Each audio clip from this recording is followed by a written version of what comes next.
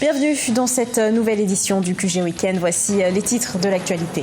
J-1, le Cameroun célèbre ce 20 mai la 47e édition de la fête de l'unité. Des festivités placées sous le thème « Unité dans la diversité » atout majeur du peuple camerounais dans sa marche résolue vers l'émergence. Lancement du programme Ecofi au Rwanda. Il s'agit d'une application mobile développée par la Banque de Kigali pour permettre aux agriculteurs de gérer leurs revenus. La banque lance également des crédits agricoles. Et puis le porte-parole du gouvernement congolais Thierry Mungala récuse les révélations d'un récent rapport de l'Observatoire congolais des droits de l'homme. Il fait état du décès de 30 personnes dans les prisons du Congo dans des conditions obscures. Mais tout d'abord, reprise des discussions au Soudan. Le Conseil militaire au pouvoir et les leaders de la contestation retournent sur le banc des négociations au palais présidentiel à Khartoum. Les deux parties doivent converger sur la composition d'un conseil souverain, institution clé de la transition. Les militaires veulent y intégrer une majorité de leurs partisans et l'opposition de son côté. Et pour la liberté, le changement exige qu'elle soit dominée par les civils. Coup d'œil sur le contexte et les préparatifs de la 47e édition de la fête de l'unité nationale au Cameroun. Son thème, unité dans la diversité, atout majeur du peuple camerounais dans sa marche résolue vers l'émergence. Elle sera célébrée le 20 mai prochain dans un contexte politique tendu. Les principales formations politiques ont décidé de boycotter les festivités. Les précisions de Viviane Baoken. Plus que quelques heures avant la clôture des activités marquant la célébration de la 47e édition de la fête de l'unité nationale du Cameroun. Elle sera célébrée cette année sous le thème « Unité dans sa diversité », atout majeur du peuple camerounais dans sa marche résolue vers l'émergence. La place du boulevard du 20 mai qui va accueillir les parades civiles et militaires à Fessamu. Elle est déjà parée aux couleurs nationales. Le ministre délégué chargé de la Défense, Joseph Betty Assomo, qui préside les répétitions générale ici au boulevard. Il a à ses côtés les officiers supérieurs de l'armée qui veillent au grain. Il faut donner des instructions afin qu'il n'y ait pas de raté devant le chef de l'État, chef des armées, président Paul Biya, qui présidera personnellement cette cérémonie. Parmi les nombreuses innovations cette année, nous avons les carrés de l'armée congolaise, invité spécial du chef de l'État, son Excellence Paul Biya. Rappelons que cette célébration de la 47e édition de la fête nationale de l'unité du Cameroun se célèbre dans un contexte où le Cameroun traverse une crise sociopolitique importante. D'ailleurs, certains partis politiques de l'opposition ont annoncé qu'ils ne prendront pas part à ces festivités. Et si le contexte sociopolitique est tendu au Cameroun, notamment avec la crise anglophone, le gouvernement, la jeunesse et la société civile multiplient les actions dans le processus d'installation durable de la paix. Précision sur ces campagnes de promotion de paix et du vivre ensemble avec Neileït Lodebessa et Victoria Seti. La nation camerounaise, en proie aux crises politico-sécuritaires depuis bientôt 5 ans, a fait des jeunes des acteurs de paix. Déjà, le Conseil national de la jeunesse du pays a lancé des caravanes de sensibilisation pour délivrer des messages de promotion de la paix et du vivre ensemble pour la construction d'une nation forte et unie dans la diversité. En février 2019, l'initiative Youth Connect Cameroun a été lancée pour l'inclusion approfondie des jeunes dans les processus socio-économiques et politiques.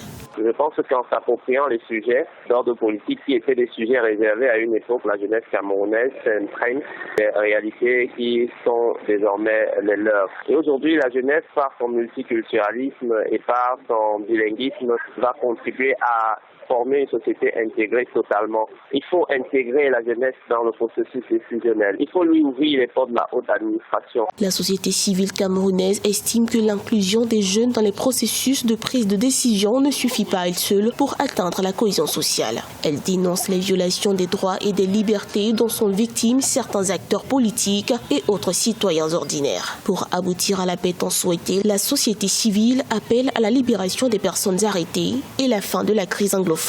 On a peut-être vu quelques actions plus ou moins isolées de la société civile sur le terrain dans cet embryon où des organisations de la société civile essayaient d'apporter leur soutien aux populations victimes de Boko Haram. Pour ce qui est de la zone anglophone, elle a été très active au moment de porter les revendications anglophones. Pour mettre un terme aux crises sociopolitiques que traverse le Cameroun, le gouvernement multiplie les actions. Un dialogue a été ouvert dans les régions du nord-ouest et du sud-ouest afin de trouver des solutions définitives à la crise anglophone. Un tribunal pénal de guerre, c'est ce que demande la population au Libéria. Plusieurs groupes de défense des droits de l'homme appellent le président George Weah à mettre en place un tribunal des crimes de guerre. Ce tribunal serait chargé de juger les responsables des conflits armés dans le pays de 1986 à 1996 et de 1999 à 2003. La population se dit déçue et dénonce le peu d'engagement du chef de l'État et du gouvernement. Elle demande l'engagement définitif du gouvernement en faveur des victimes des guerres civiles. Être agriculteur et gérer ses revenus en quelques clics, c'est ce que propose au Rwanda la Banque de Kigali. Elle lance un programme d'aide destiné aux agriculteurs. Seul outil nécessaire, un téléphone portable pour accéder à divers services dont les crédits agricoles. Fraterne Kaisanga. Pour la première fois depuis plus de 50 ans d'existence, la Banque de Kigali va commencer à octroyer des crédits agricoles à ses clients. Grâce à un partenariat d'accord signé ce 16 mai avec l'Alliance pour la Révolution verte en Afrique, le plus grand prêteur rwandais se dit prêt pour une nouvelle aventure.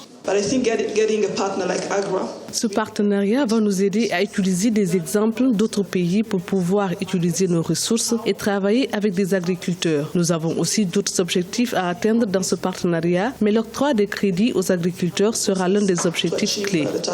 Pour y arriver, la Banque de Kigali a lancé une application mobile qui sera utilisée par les agriculteurs dans la gestion de leurs investissements. Avec toutes les informations des agriculteurs, la banque pourra analyser les risques et autoriser des crédits à ces agriculteurs.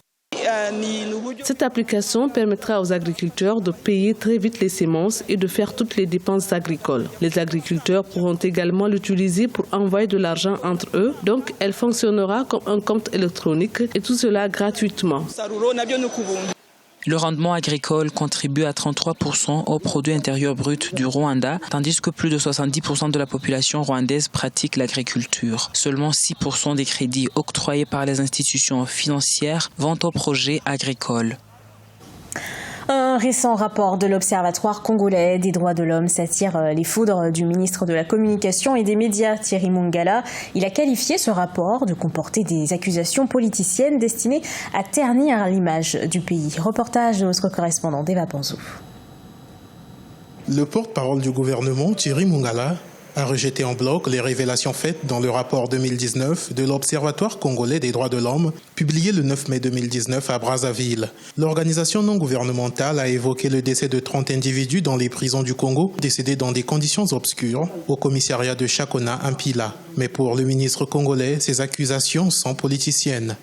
Le gouvernement, en concertation avec une vingtaine d'ONG de la société civile, a signé un protocole d'accord le 22 février 2019 et c'est une plateforme de concertation permanente qui permet de manière constructive de faire avancer les questions des droits de l'homme. Le gouvernement note que l'Observatoire congolais des droits de l'homme a refusé de signer ce protocole parce que cette organisation était dans une démarche solitaire qui était de procéder à des accusations que je qualifierais de politiciennes. Ce rapport d'une centaine de pages évoque entre autres les entraves à la liberté d'expression, de manifestation, l'accès à la justice, les droits économiques et sociaux, la torture et l'atteinte au droit à la vie. Selon l'OCDH, la doctrine du gouvernement congolais sur la question des droits de l'homme tient de la duplicité manipulatrice. Il signe des traités, des conventions protégeant les droits de l'homme. Et de l'autre côté, les violations des droits fondamentaux sont systématiques. La terreur et la répression se poursuivent à huis clos.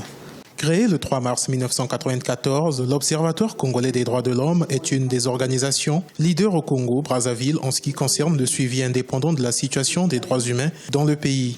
Notons que certaines administrations, telles que le ministère de la Justice, des Affaires étrangères, la police nationale, facilitent le travail de l'OCDH. Ce journal a été préparé par l'ensemble de la rédaction. Merci à vous de l'avoir suivi et retrouvez dans un instant une nouvelle édition d'actualité sur Africa 24.